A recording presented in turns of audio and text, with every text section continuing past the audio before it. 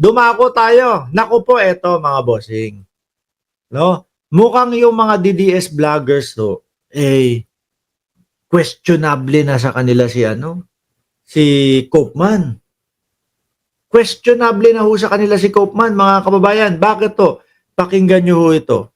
Meron na silang tanong kay Koopman.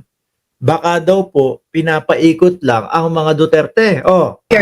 Of Imelda Marcos. Sabi po ng Team MR, mga kababayan, nung pinakita po nila ito, syempre kami, bago kami mag-vlog, iniisa-isa po namin yung mga topic. Sabi po nila, Boss Mark, eto, tingnan mo, nagdududa na din itong mga vlogger na ito kay Koopman. Ako ho, mga bossing, nung nakita ko ho, yung estilo ni Koopman, sabi ko, bakit parang ganun?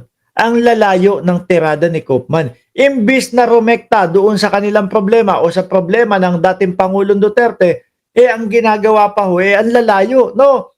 Kesyo daw, ipa-disqualify yung mga judge. Hindi naman ho Pilipinas yan eh. Hindi naman po, kumbaga parang, telenovela to. Pag may kasuhan, naku po, pwede dito yung call a friend, tawagan mo si ganito, no, iligtas ako dito. Mag-rally kayo dyan sa labas upang sa ganun, makita nila, madami kang supporter, tapos palabasin na si dating Pangulong Duterte. Hindi ho Pilipinas yan, mga bossing. Pero yung estilo ho ni Koopman, pang Pilipinas ho, pang patagal ang nakikita at napapansin ko ho, mga bossing. Hindi ho, yung mga estilo niya, hindi ho makakatulong sa dating Pangulo. Bakit ho? Sabi ko nga sa inyo, di ba? Walang drama dyan sa ICC. Rektahan, pakita nyo, ebidensya nyo, sasagutin naman ng depensa nila yan. Ganyan po sa ICC, mga bossing. Pakinggan nyo po medyo mukhang dismayado itong mga ito. May mga theories na it is also him causing the delays intentionally for PRRD.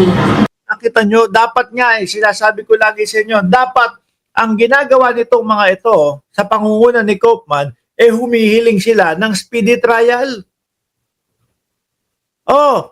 Mga judges, baka naman po pwedeng pagbigyan nyo kami na imbis na kada 6 na buwan, etong hearing, no? Baka pwede naman po gawin na lang nating every month na lang po.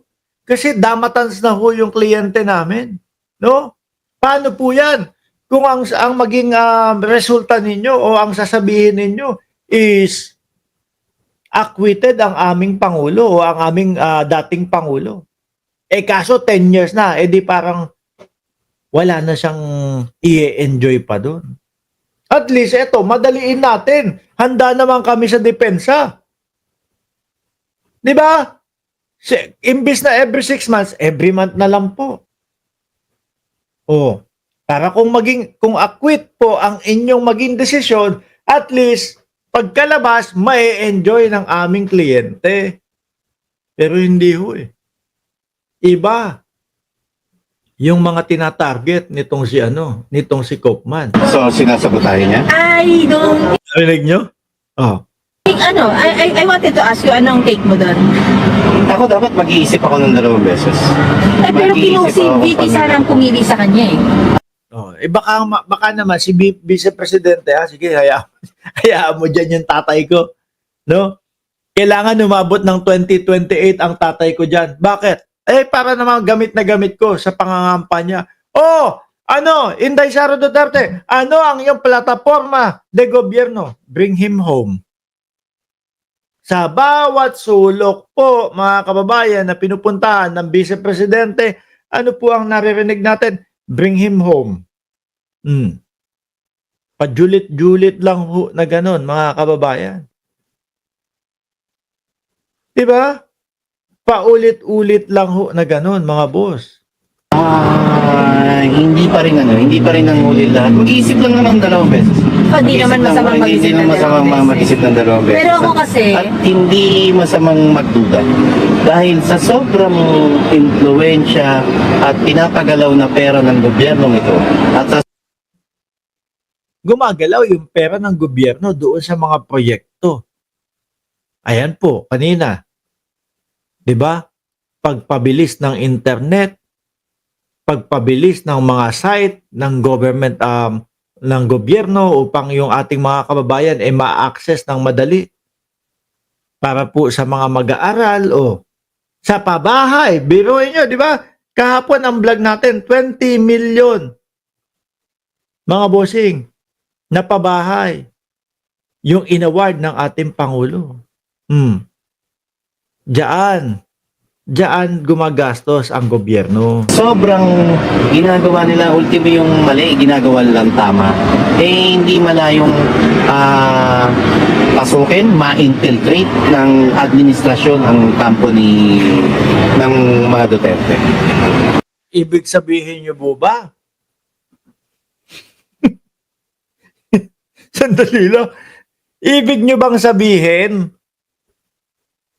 na ang gobyerno o ang administrasyon ay kakuntsaba na si Kaufman? Malabo naman yun. Hindi nga nakikisali ang gobyerno di ba? Hindi ko sila masisisi mga bossing. Yung mga estilo o yung mga kilos o yung mga desisyon ni Kaufman, mga kababayan, napakalayo po talaga no? Imbis na pabilisin parang pinapatagal pa Baka nag-e-enjoy doon sa 150 million per month, di ba, Shiro Kansaki? Patagalin ko kaya tong kaso na ito, no? At least may 150 million. Magkano ba equivalent sa pera nila? At least may 150 million ako every month. Ang 1 million, mga bossing, siguro sabihin na natin USD na lang. No, ang 1 million mga kababayan, at i-compute na lang natin yung USD sa 50 na lang para hindi mahirap. 1 million piso, $20,000 USD. Ano? 1 million yan. 150 million. Ang dami nun. Ang hirap yatang kwentahin mga kababayan.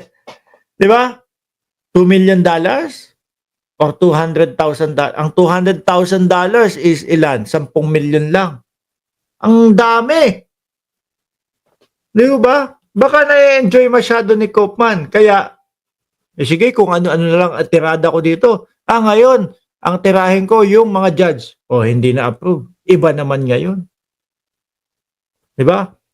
Tapos interim release naman tayo. Tapos mukhang nilaglag pa. Mukhang nilaglag ni Kaufman. Di ba may nakasulat pa daw doon, mga kababayan, na hindi nagagawa ulit ng krimen? Parang pag-amin yun Naku po. Kaya pala naiisip nila, mga bossing, na baka yung kampo daw ni Kaufman, ang gobyerno ay nako. Malamang magagalit yung mga DDSU dito sa kampo ni Kaufman, mga kababayan.